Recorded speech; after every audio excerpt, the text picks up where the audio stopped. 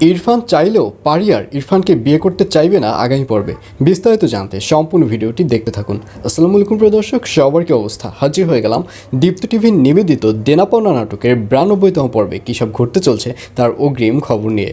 এই পর্বে আপনারা দেখতে পারবেন পারির বাবাকে দেখা যাবে বড়লোক ঘরে মেয়ে বিয়ে দেবার আশায় এবার নিরাশায় পরিণত হবে তার। কারণ ইরফানের বাবা যখন জানতে পারবে যে পারির বাবা 5 কোটি টাকা ম্যানেজ করতে পারেনি, পারির বাবা আরও সময় চেয়েছে, তখন ইরফানের বাবাকে দেখা যাবে তার পরিবারে যারা যারা এসেছে সবাইকে গাড়িতে উঠতে বলবে এবং এক পর্যায়ে ইরফানকে বললে ইরফান গাড়িতে উঠতে চাইবে না। তখন ইরফানের বাবা বলবে, তুমি যদি গাড়িতে না ওঠো তাতে আমাদের কিছুই যায় আসে না।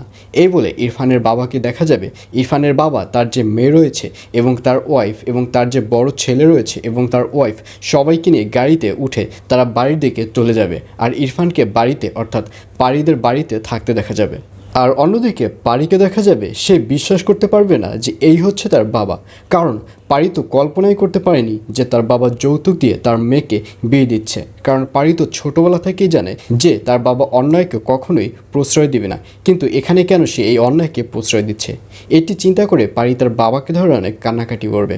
পারি বলবে, বাবা আমি তোমার পরিবারে এতটাই অপ্রয়োজনীয় হয়ে গেছি, এতটাই অব্যবহারযোগ্য হয়ে গেছি যার কারণে আমাকে যৌতুক দিয়ে তোমার বিয়ে দিতে হচ্ছে। তুমি আমাকে বললেই পারতে, তাহলে আমি এমনিতেই বাড়ি থেকে চলে যেতাম। তোমার আমাকে যৌতুক দিয়ে এত বড় কোটি টাকা লোন নিয়ে আমাকে যৌতুক দিয়ে তোমার বিয়ে দিতে হতো না। এই বলে পারির বাবাকে ধরে পারি অনেক কান্নাকাটি করবে। আর এগুলো দেখে পারির মাকেও অনেক কান্নাকাটি করতে দেখা যাবে। কারণ পারির বাবা যে এই যৌতুক দিয়ে মেয়েকে বিয়ে দিচ্ছে এটা তো পারির মাও জানতো, কিন্তু পারির মা তো কাউকেই কিছু বলেনি। আর এর জন্যই পারির মাকেও দেখা যাবে সে নিজেকে পারির বাবার মতোই সমান অপরাধী মনে করবে। এবং এক পর্যায়ে কান্নাকাটি শেষ করে পারিকে দেখা যাবে সে ইরফানকে বলবে, ইরফান আমাকে ক্ষমা করে দাও, আমি তোমাকে বিয়ে করতে পারছি না, কারণ আমি কখনোই যৌতুক নিয়ে বিয়ে করতে পারবো না। তুমি চলে যেতে পারো, তুমি আমাকে ভুলে যাও, তুমি আর আমাকে বিয়ে করার চিন্তা করো না। এই বলে পারিকে দেখা যাবে সে দৌড়ে উপরে চলে যাবে, কিন্তু ইরফানকে কোথাও যেতে দেখা যাবে না। ইরফান ওখানেই দাঁড়িয়ে থাকবে।